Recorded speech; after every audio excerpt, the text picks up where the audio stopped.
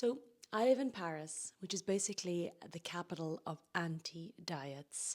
I have to walk past 5 boulangeries to get to work. My colleagues all seem to eat 3-course meals every day for lunch, including dessert and wine.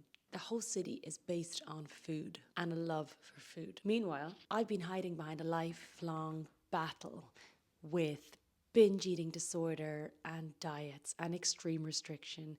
And finally, when I moved to Paris, I just think there's a better way to live. After studying every book which claims to replace traditional dieting, I've distilled all the research into 5 life-changing tips. So it started with pure intuitive eating, but I've moved beyond that now. I think we know more about our bodies and digestion and potentially women's bodies than we did when that book was written. I know this all sounds a bit contradictory because I'm saying I'm letting go of diets, but I still seem to be having a lot of rules. But I promise this is a structure which is going to bring you peace. So I would say the most important skill, tip number 1, is to become the watcher, to change the command center in your head. So the idea is that overeating is actually a compulsion similar to OCD. A craving only lasts about 45 seconds.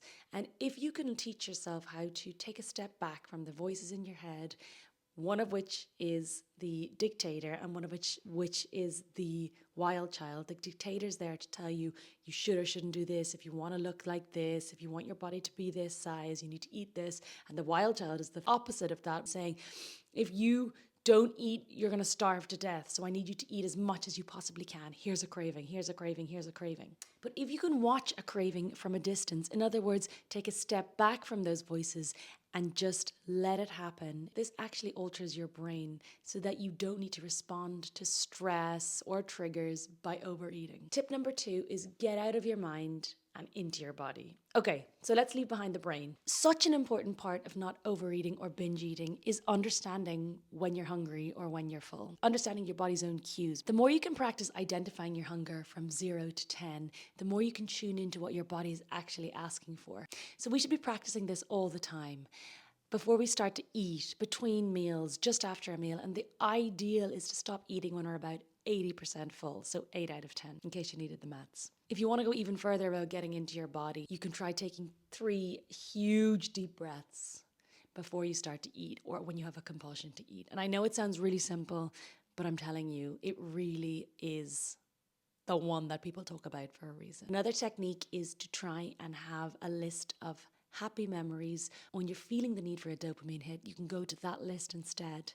And whether it's thinking about something that brings you joy or doing something that brings you joy, it's a way for you to answer the body's need for dopamine without turning to food and specifically overeating. Tip number 3 is harness abundance. Essentially, the one thing I have been doing wrong my whole life is trying to win with restriction. Restricting your body and restricting what you eat goes against all of our natural instincts, which are to survive. If you restrict it and forbid it from eating certain things and let yourself go really hungry, you're basically triggering it into thinking that it needs to go into starvation mode, and that means it needs to do everything it can to get you to eat. So give up restriction.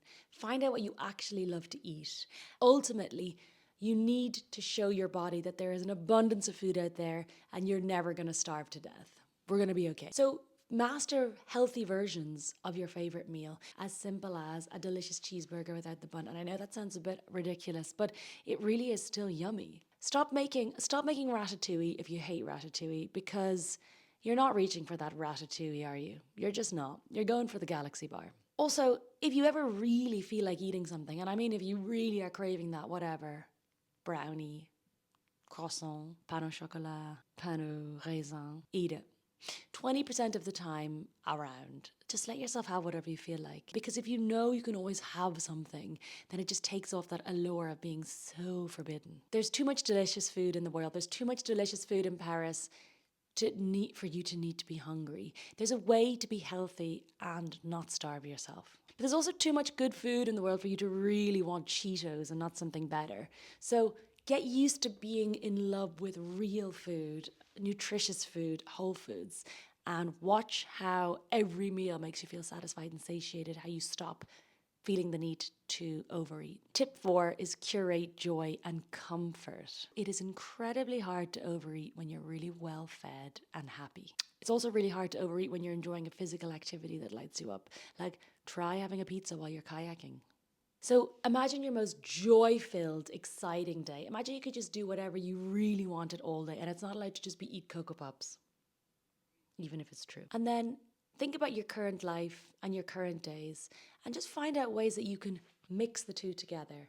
So maybe one of your favorite things is to be in nature and you work in a city. So take the walk through the park during lunch break, or find a detour for your commute if you can that takes you outside or by the canal or whatever it is. But just start filling up your days with as much joy as you possibly can and comfort. Make sure everything around you is comfortable. Wear comfy clothes. Have a really comfy bed with like the nicest, coziest duvet, hot baths. Just overdose in comfort and joy. And then watch how hard it is to overeat. Identify any of the things that are really making you miserable in your day. And I know some of them might be your boss or the printer always breaking, and those things are hard to just get rid of. But see if there's a way to expose yourself a bit less to them. Maybe stop printing things. Who needs to print things anymore? Maybe you hate doing the ironing. Send the ironing out to the laundry guy. Or if you can't, put on your favorite playlist while you do it. Or watch like a really filthy Netflix show. The final tip, tip number 5, is work with your circadian rhythm. So you probably know the concept of the circadian rhythm because every single sleep expert or sleep obsessed person knows that our body has a natural clock and it's very hard to push against that. Anyone who's been jet lagged knows that your body knows when it's time to wake up and it knows when it's time to go to sleep. But there's also a circadian rhythm for food. So find out, first of all, are you a morning person or an evening person? Just start to learn more about what your rhythm actually feels like. And then try and notice when you're at your most hungry during the 12 or 20-hour cycle, whatever it is that you're awake for, because obviously you're not allowed to eat when you're asleep. That's one of my rules. When you actually get the most hungry, and then make sure that you're nicely full, or at least you have food on hand, healthy food on hand when it comes to those trigger moments. For me, it was always when I came home from the creche with Bastian, about 5 o'clock, and I'm in the kitchen with him. That's when I'm most likely to overeat or to eat things that I'm not even really hungry for. This brings me to the close of my fascinating and much, much acclaimed series about breaking up with binge eating disorder in the city of croissants. Thanks for sticking around. I hope this has been as useful for you as it is for me. I'm going to Vietnam tomorrow on my honeymoon, so I'm going to tell you how it goes there when I get to try and employ all of these 5 tips, especially the circadian rhythm one, when I'm jet lagged out of it and looking for banh mi at 4 a.m.